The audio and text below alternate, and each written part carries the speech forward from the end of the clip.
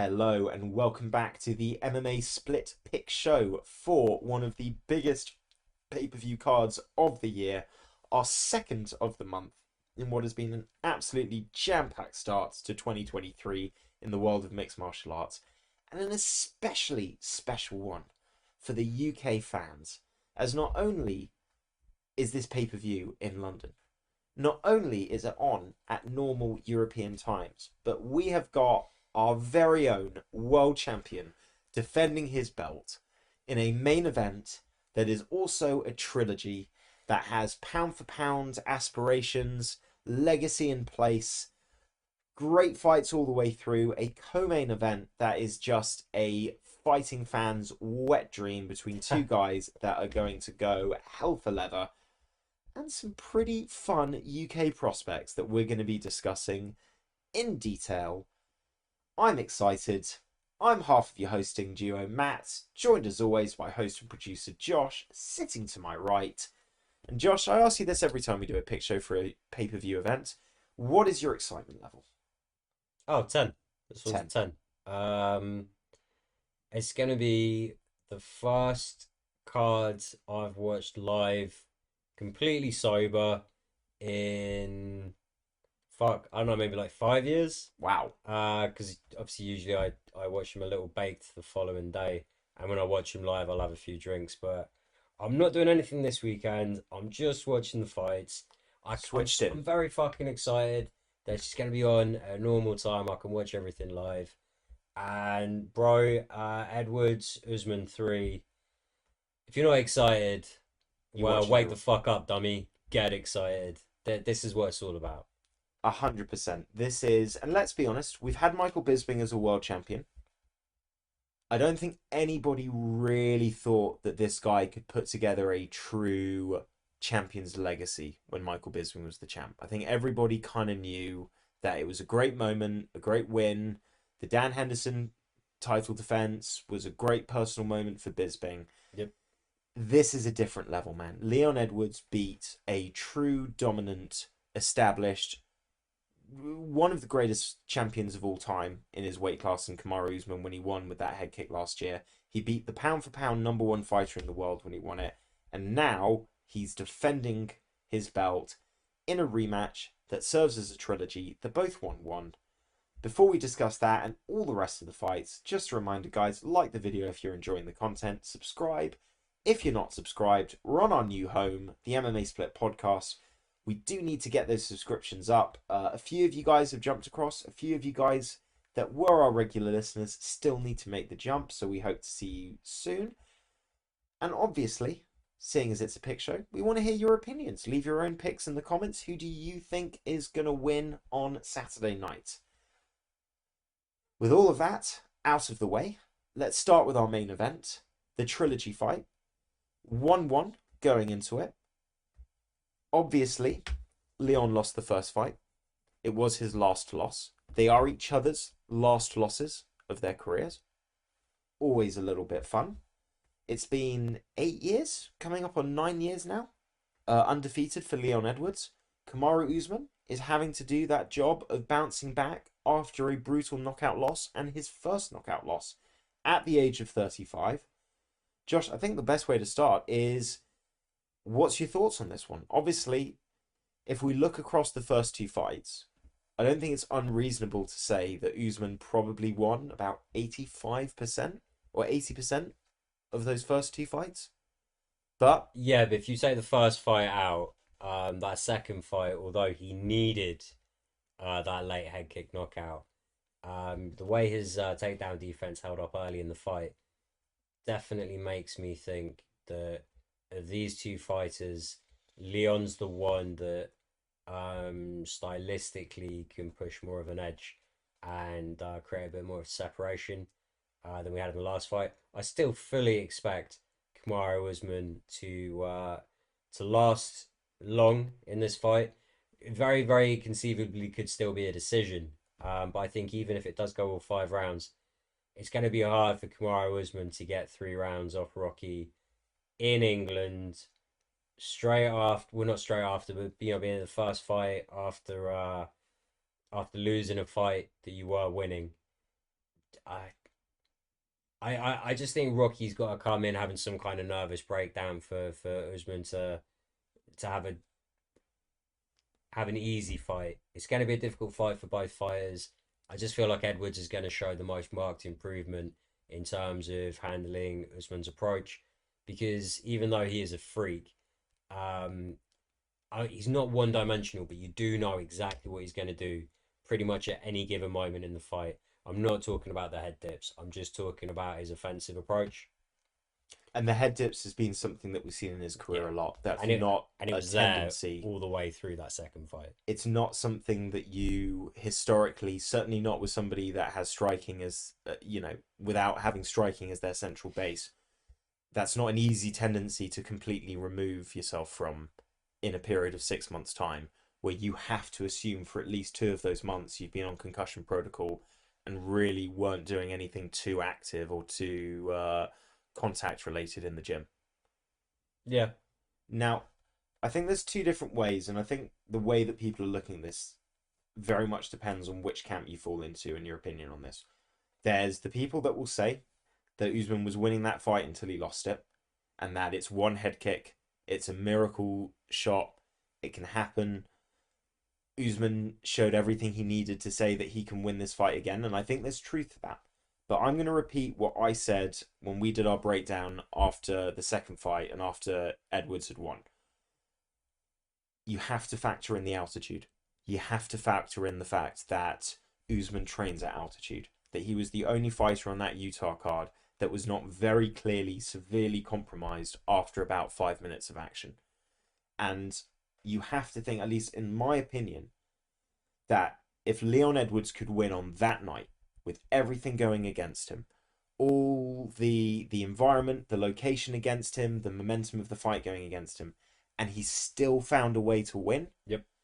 I feel like this is not just going to be a win for Leon Edwards. I think we're going to see the kind of performance that we saw in that first round. This is in London.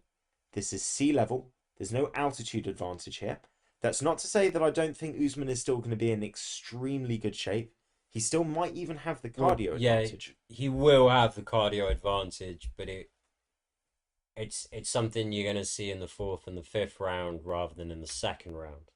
Huge difference.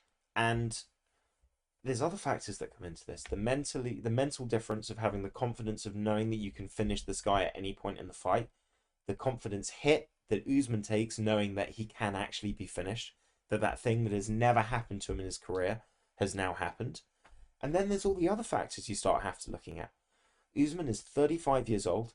Now, I'm not saying that that's too old for a welterweight, but we're getting to that point where the speed starts to go a little bit, the Yep. reaction time starts to go a little bit. His body was breaking down by the time he was 30. He's famously got awful fucking knees. And how hard do you think he's been sparring? Since getting knocked out for the first time, because one of his main sparring partners, is obviously Gaethje training for this fight, going hard too. How much do you say I'm going to do less rounds today versus Justin? Please, I know you're going up against Viziev, but please, let's go half speed and do twice as many rounds. You know, Is 6 months too short of a yeah, time period? yeah. After the way he was finished, 7 months, the sorry, 7 months. circumstances of his training camp, because he is a wrestler that is in a very technical stand-up heavy camp now. It's because before he was going off and training fucking Francis Ngannou, he had this air of vulnerability about him. He could go out and do fun shit like that, help fix other fighters. Right now, he's got a kind of smallish window where everything needs to kind of be perfect in terms of preparation. Maybe Injuries, it's been like that. injuries to his hand. Yep. There's a lot of questions about Usman, mentally, physically, and Well, the other I big. think mentally he's going to push through. For me, it's just Rocky's a little bit too much better than him on the feet, and it's just his time. It's just Rocky's time. Rocky has to be careful as well, though. We've seen a lot of champions get a little too big for their britches. You Yep. become the champ, you think you're the man. We haven't seen him fight in front of his home crowd. Is that going to bring out more of a showman in him? Is he going to be trying too hard to make a statement, be exciting, do something outside of what he does best? Is he going to be cocky, thinking, I finished this guy, I can do it again? Has the extra responsibilities gone to his head? My gut says no, just because of the type of person that Leon is and the journey that he's taken to get there. The fact that I think deep down he knows he needs to keep winning to have these opportunities. Yeah. That even with this great moment, he doesn't have the fan base, the worldwide support, the personality to just guarantee that I'm going to be in big fights and I'm going to be back here if I lose. I think that's going to keep him switched on.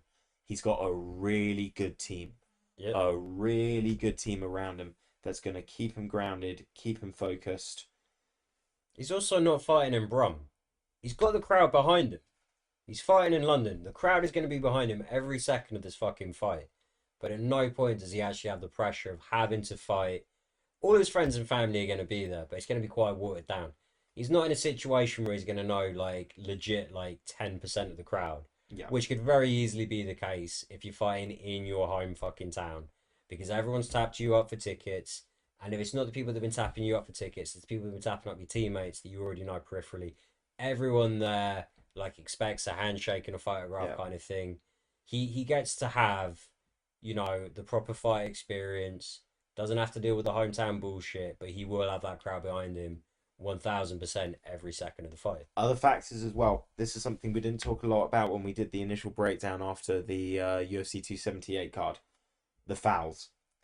Usman, and I've seen this with Herb Dean, and I don't like Herb Dean as a ref. I think he's really dropped the ball in the last few years, and one of the biggest egregions I see from him is the number of times that I see what the UFC would consider their A-side guy or their money guy have Herb Dean ref, and every time that a Conor McGregor has someone grab his gloves, it's getting stopped. But then Conor can grab as many gloves and put his fingers in as many gloves as possible and nothing gets done. Usman had so many fouls, so many fence grabs, so many fingers in the gloves, the fake groin shot, the fake eye poke. And you get these when you're fighting Colby Covington and you're the champ and you're fighting Leon Edwards that no one else is really behind and he's the challenger. In London, Leon's the champ with a spectacular knockout and a lot of hype. I'm not saying that anything's corrupt, but I'm just saying that these little things that tend to fall the way of the A-side fighter don't go Usman's way in London. That I'm 100% sure on. No, and it's probably going to be Goddard, right? I think Goddard. And So, Goddard's not going to take any shit with that. And they're going to be watching for that. And particularly Goddard, who's been criticised very heavily for how he reffed Usman in the Covington fights, is going to be aware of this. I just feel, I'm with you, man. I think this is Leon's fight to lose. I think he's the younger fighter. I think he's got the momentum. I think he's got the ability. I think he's got the confidence. And I think he's going to be more ready. I think this is an earlier finish than last time. I'm thinking third round. Nice. Third round. But I'm going Leon. And I'm going Leon with a reasonable amount of confidence. Yeah, I feel about as confident as you can feel picking a fucking MMA fight. Picking against one of the all-time greats of the Coming weight off class. 5 and 6 weeks. So I'm going Rocky too. 2 picks for Rocky. We got a main event. We got a co-main event to talk about. Yeah. I'm going to sound like a crazy person here, because don't get me wrong. This fight, as I said at the beginning, is a fight fan's wet dream. You've got 2 guys that are excellent strikers that like to knock guys out with devastating power when they want to have it, who will have no issue in implementing takedowns, even though one of them could very comfortably take this fight to the ground if they wanted to. There's something about this that just isn't quite hitting my full moist meter, man. Really? And I don't know whether or not it's it being in the co-main event. I feel if this was the feature fight or like the opening fight, I might feel differently. And it's slightly related to my pick. I feel like this is going to be the moment that we all see the decline in Justin Gaethje. I think this is going to be a real comfortable night for Fiziev. And I think he's going to make a technical, educated brawler look really amateur. Like, really amateur. And here's my argument here. Aside from the Tony Ferguson fight, where I think Tony Ferguson got a bit exposed. You'd had the two weight cuts. There's a lot of other. Was never a technical guy, to be honest. Was just a long, aggressive guy as well. Yeah, I just feel like Charles Oliveira made Justin Gaethje's striking look really pedestrian. Really pedestrian. I mean, he got caught a couple of times and he got wobbled. And I don't see Fiziev getting wobbled by those same things. But just his ability to land straight shots, pick his moment, avoid the wild haymakers, not get caught up in having his legs chewed up. I don't think Fiziev's going to struggle with any of this, man. I think he's going to be far better at staying safe. I think his head movement, I think his guard is a lot better. I think he's so dynamic as a striker. His hand speed is so fast. He's so technical. His reactions, his flexibility. Shown himself to have a good chin, but has also shown himself to not be somebody that's needed to test that chin at regular points in his UFC career so far. Yeah. I think Jake Gaethje gets badly beaten, man. I think this is a real... I'm not saying it's a bloodbath, but I think this is the moment where everybody just goes, that's an elite striker. Well, I feel like we've always had that with Gaethje. I mean, this is a guy that had a reasonably close fight with Nick Newell. Gaethje, like, whether you like the slick, explosive, athletic, technical kind of fighter, or you like the blood and guts, heart on your sleeve, Chris Lieben style fighter, one of these guys is invariably in your top 20 greatest fights of all time, because that's just the caliber of fights they put out. Now for Gaethje, when he falls hard, but he has been known to bring out great performances in just good fighters and have real wars. Fiziev, by rights, should eat him alive. The thing is, Gaethje's a baller. You can never count him out, and he only needs a couple of big moments to make this a very ugly, very close fight. The amount of times you've seen Justin Gaethje almost knocked out, and then catch a guy trying to, follow that blood scent and going for the kill. I'm picking Fiziev, and I think Fiziev should win comfortably. I just have this feeling in my bones like that we've got a bit of a war brewing. I just feel like it has to be a halfway exciting fight. If it's not a first minute knockout, I think it's going to be a fun fight. I pray for it anyway. If Gaethje doesn't wrestle, I don't think he's got a chance. Yeah, And I mean, how many Fiziev? You're talking about a guy with extensive Muay Thai experience, has trained at Tiger Muay Thai. He's trained with elite level strikers. He has shown elite level striking. And there is a difference, man. Gaethje's not the guy to take him down either, because any position where you potentially have the opportunity to take Fiziev down, for him, he's just going to look at it as leg kick territory. Yeah, and there's nothing about Gaethje that I feel like Fiziev has not seen before. Like, there's guys that I think Fiziev's a better striker than, but I would expect to be caused a lot of problems. Like, Michael Chandler is a less technical striker than Justin Gaethje, but he's so powerful and he's so explosive, and there is the potential of the wrestling threat there that he's a problem. And that's where that right hand gets hidden as well. Yeah. Poirier. Okay, probably not as good a pure Muay Thai fighter and kickboxer as Fiziev. Certainly not somebody that's going to be looking to immediately take down, but not somebody with such a high ego that he will forego wrestling if he sees that there's an option there. Yep. And Poirier's guard throws people off, man. Yeah, he also can slip inside a lot, and with how good his jiu-jitsu game is, it's not even a case of like getting like a clean takedown on Fiziev, but just even halfway locking up the legs or something, all of a sudden you got a body lock on the back, or just the opportunity to throw up like a flying triangle or a flying armbar or something. Those become possibilities with a guy like Poirier because of how sharp he is and how good he is just slipping inside as well. If you're always trying to clear out of the pocket, those opportunities are never there. And a lot of guys will do that against Poirier because of how good his hands are. I just want to see that fight instead now, to be honest. Let's hope Fiziev makes light work of him. Who's Poirier booked against at the moment? He's booked Chandler, against right? nobody, man. He just beat Chandler with his last win. Yeah, so shit. You've really sold me on that. I would really quite like to see that actually. But man, we procrastinated so much during the previous episode. You got anything else to say on Gaethje for Steve? I think JH's chin's gone as well. He got rocked with everything he got hit with against Charles Oliveira. I think that might be the other factor, is he might have Yeah, just spent his chin already. I think the decline was the Khabib fight, and Got rocked with everything he got hit with Chandler yeah, as well. I still laid that on. still think this could be a good fight. It's going to Still be think this fun. could be a good fight.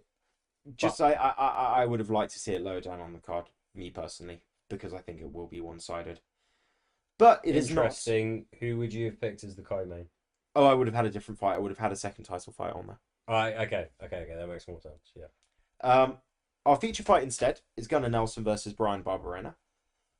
We won't talk for as long as this one. I'm picking Gunnar Nelson, but if he can't get Brian Barberena down to the ground, who has shown himself to have pretty good takedown defense, this could be a rough night for Gunnar. Yeah, I think his best approach is sort of like the Brandon Thatch fight. Stay light on your feet, knock him down, tap him out kind of thing. Very much like we were talking about Davy Grant in the previous episode. He has got a very nice, bouncy, light karate style. Um, sometimes there's been questions of heart or just how game ready he really was going into it. Sometimes it's just the case he gets a little caught. But I feel like against Brian Barberena, he should have a slow enough target that's looking to fight very much on Gunner's terms. Gunner's not going to have to move in as much. He's just going to have to be patient, react. Fair. And when Barberena inevitably, and not stupidly, but inevitably comes forward and engages, it's going to be down to Gunny to get the footwork right, get the kicks balanced in nicely, and he has this thing where he doesn't like to study his opponents too much. He likes to figure them out inside the octagon.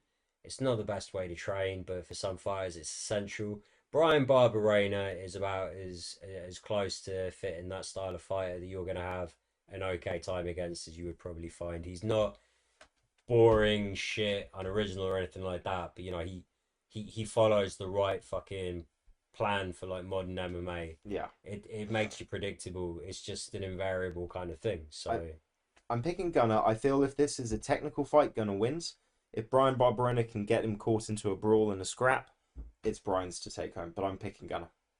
so On to Jennifer Meyer taking on Casey O'Neill, who we have not seen in almost a year. I think it's 10 months, because she's been making a big deal about how she was meant to be out for a year with her ACL surgery and has worked her way back so she could be on this London card. That does make me nervous because I hate people rushing back ACL injuries. I am still picking Casey O'Neill, though, because one, she's undefeated. I've not seen her come up against an opponent she can't beat yet. Two, I'm not massive on Jennifer Meyer. I think there's a dangerous fighter there, but I don't see when she's decent, but O'Neill's better at everything she's great at and more. And that's what it comes down to. I'm curious with Casey O'Neill. Where a year ago I thought she could be a real contender. When I'm seeing some of the other women in this division and the levels that they're reaching, I do look at her holes and think there's a lot of fights I wouldn't favour you in. But this is not one of them. I think she wins this. Long term, the striking needs to be so much better. So much better. And if she's going to be mostly a ground fighter, she needs to be a lot more dominant on the ground. That's the thing. Long time is rushing back in ACL. If she can make the walk, it might not impact this fight at all. But if it's not healed, okay, that's gonna linger. That's gonna get worse. That's gonna be too much scar tissue. It's gonna be a reoccurring thing. It's just that frightens me a little bit. We'll see. We'll see. Some people say early on in the rehab process they're going to follow everything the doctor says. Sometimes there's a reason people are elite athletes and they heal quicker, far quicker than the average person. Is this true? It comes down to like white blood cell count or something for a lot of things. It's just one of those things. Some people come through fine. Aspinall's looking like a fucking beast right now. I can't wait for him to get back in. But yeah, I'm hoping Casey O'Neill's gonna do well in this one. Hopefully she hasn't rushed it too much. I hate it when young fighters fuck their careers. I I think Jennifer Meyer's a beatable opponent, Yeah. even under those circumstances. Just hopefully she doesn't start ripping knee bars. Oof. Two picks for Casey though. So are we pretty much spot for spot on so far? Yeah, Yeah, I think looking through earlier, I think it was only two fights. Big difference. surprise, guys. There's only going to be a two-fight edge this Well, week. it's not going to be on this fight, I don't think. Marvin Vettori returns, taking on Roman Dolidze, who is certainly the rising star at the moment. What, less than a year ago, this guy wasn't even in a big conversational picture, was viewed as boring. All of a sudden, knocks out Phil Hawes, formerly Megatron, now No Hype. Taps out, finishes Jack Manson. I Yep. didn't see that one coming. And this has put him into some big fight territories. All of that being said, and even with Vittori coming off a loss, I think Vittori's a really good fighter, man. He doesn't always show the highest fight IQ, and there's certainly things that he doesn't do terrifically, but he's so hard to finish, man. He's so fucking Yep. tough. He never gives up on himself. He's going to be going for the grappling, going for takedowns, mixing it up. He can box decently. He can kick decently. I don't think he should be losing to Roman Dolidze, and if he does, then we need to pay some serious attention to Roman because he's Well, made more dramatic improvements than I thought than I'm giving him credit for. if he gets knocked out by Dolidze, it's because Vittoria's chin's finally gone. So Dolidze might be lucky with the timing here, but barring that, and Vittori's I not don't. eaten that much damage. Like, listen, No. he got pieced up in the Whittaker fight, but it wasn't a bloodbath.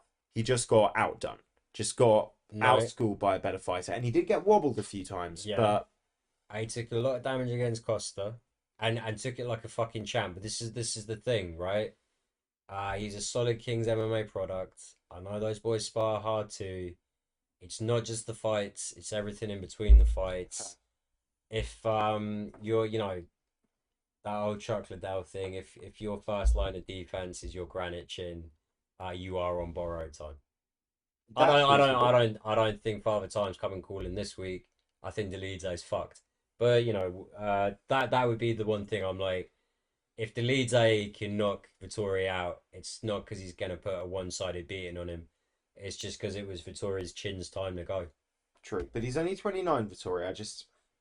I don't think we're there yet, and I think Vittori's the better fighter. I think he bounces back well from the Whittaker loss, and I think he slows down the Roman Dolidze hype.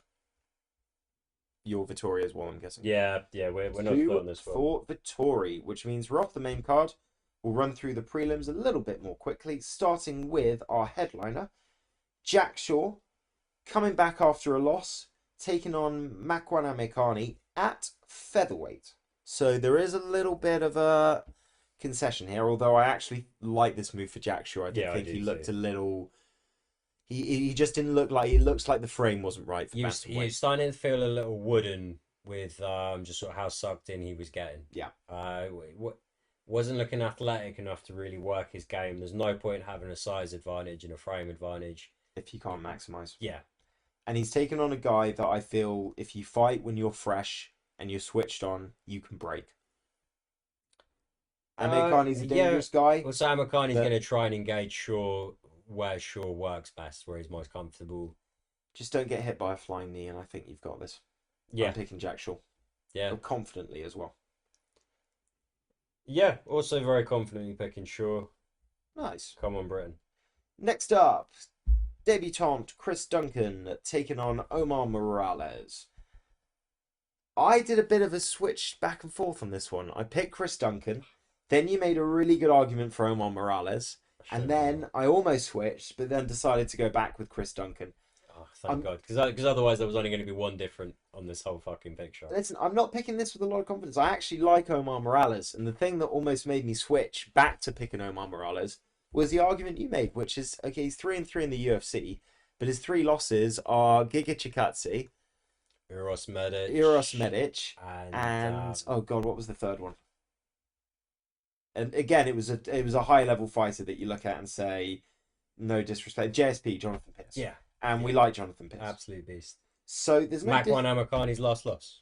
So there's not a lot to look at there with disrespect. It's just that he's 37 years old.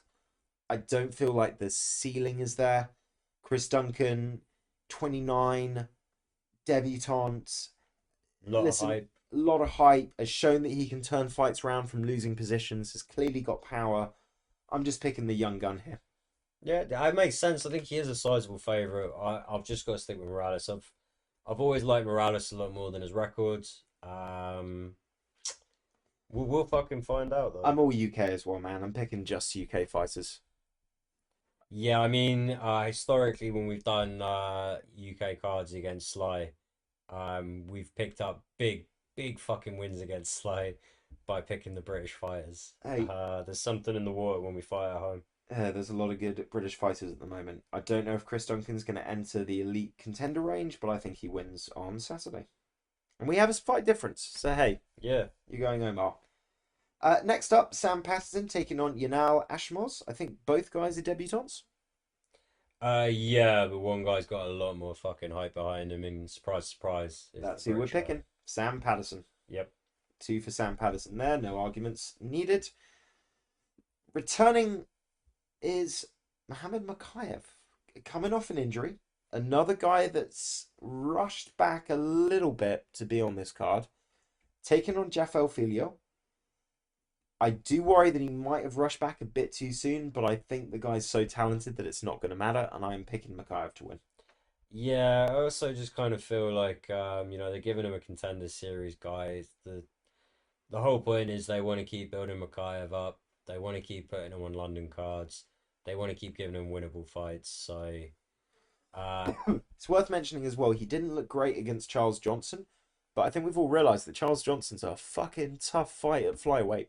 That's one of those wins that kind of looked a little dodgy at the time that it was so close, but actually, as yeah, time goes on, you realise that that was a harder win than it looked. yeah, aged well, and then obviously the finishes of Malcolm X Gordon, who's also fighting on this card, right? He is. And Cody Durden. So, And look, Cody Durden's had a couple of good wins since yeah, then as well. So Makayev's talented, man. I'm picking him to win. he's already got quite a good little strength of record there, honestly. Yeah, barring some serious active god or injury, it's got to be Makayev, right? Hands down. I think we're agreed on that. Prelims down takes us to our early prelims. Kicking off with what was meant to be Leron Murphy versus Nathaniel Wood, which would have been a fucking sensational fight. Nathaniel Wood can't make it. He's injured. So instead, Leron Murphy is taking on Gabriel Santos, who I don't know a lot about, but is also undefeated at 10-0. So looks like this could be a really juicy fight. But I got to pick the UK guy, and I got to pick the guy I've actually seen fight before. So I'm going Leron Murphy. Yep, nice easy one this one. Nice and easy. Which takes us to Christian Leroy Duncan. Sorry, I've wanted to do that ever since I saw the full Leroy name. Jones. All right. It's Leroy Jenkins. That's If you it. know, you know. He's taken on Dusko Todorovic. And this is a special one because he's the Cage Warriors champion coming into the UFC. And he is mates with my mate, Elliot Samuels, who has sparred him. And I actually owe Christian Duncan a debt of thanks. Christian, if you ever watch this, know that you sparring my mate Elliot and kicking his ass is the one reason why Elliot decided not to take me up on the fight that we had organised, the boxing match that we had organised. Had Elliot taken that fight, he most likely would have brutally knocked me out.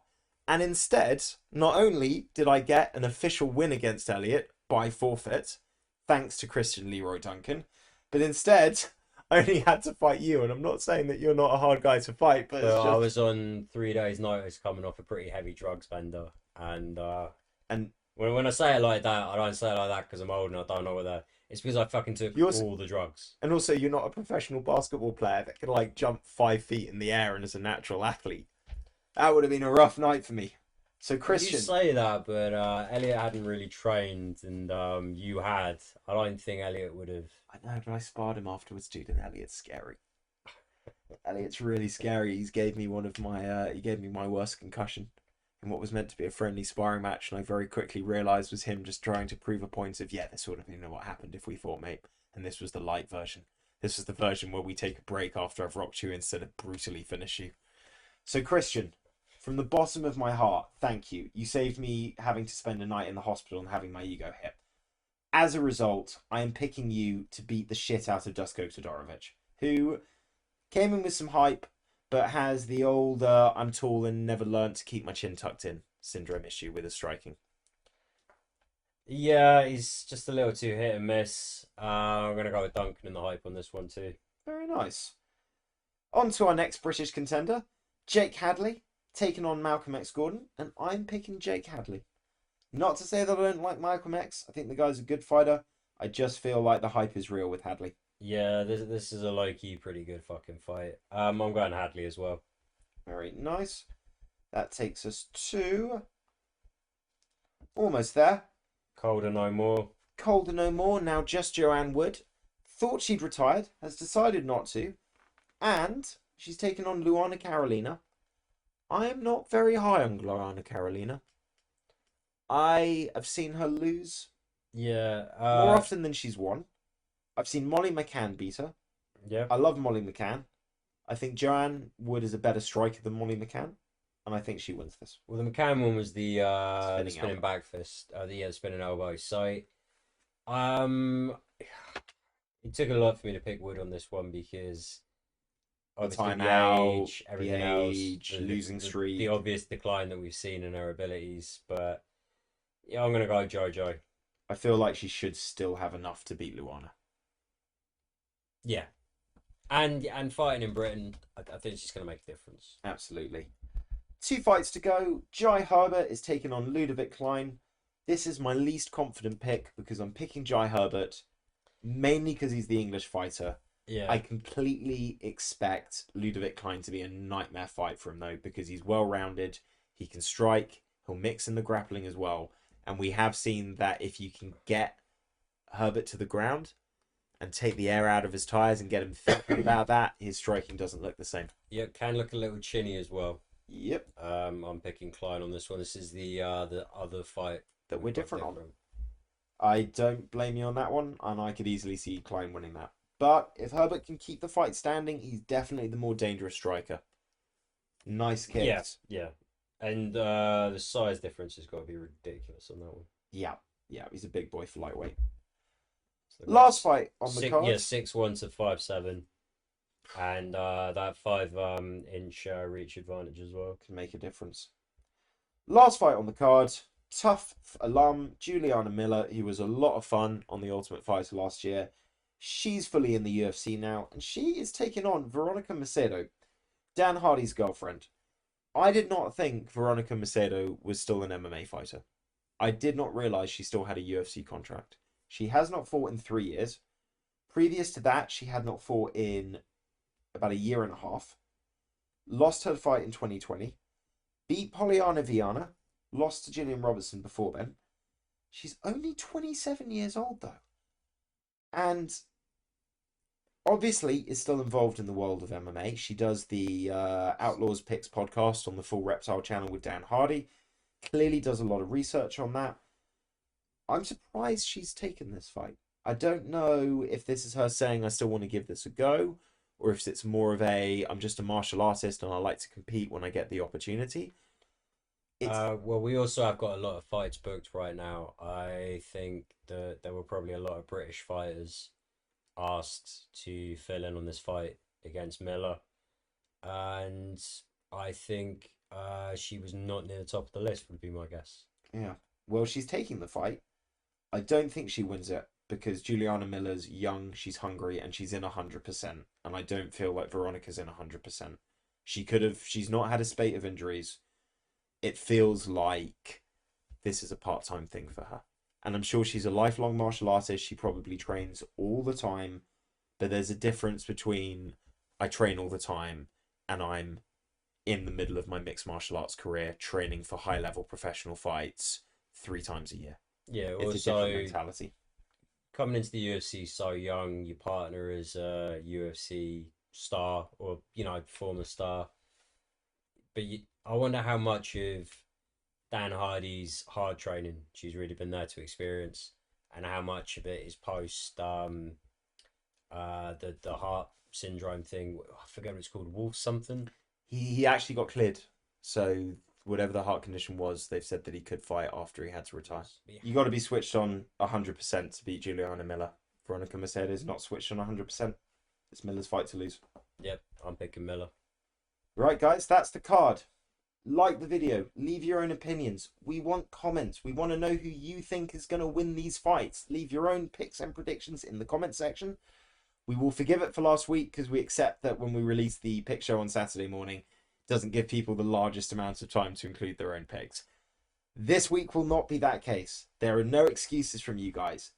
Thoughts, opinions, likes, subscriptions. Enjoy the fights. Have a great week until then. Dave, Laurie, see you next time. Bye, Laurie. Bye, Dave.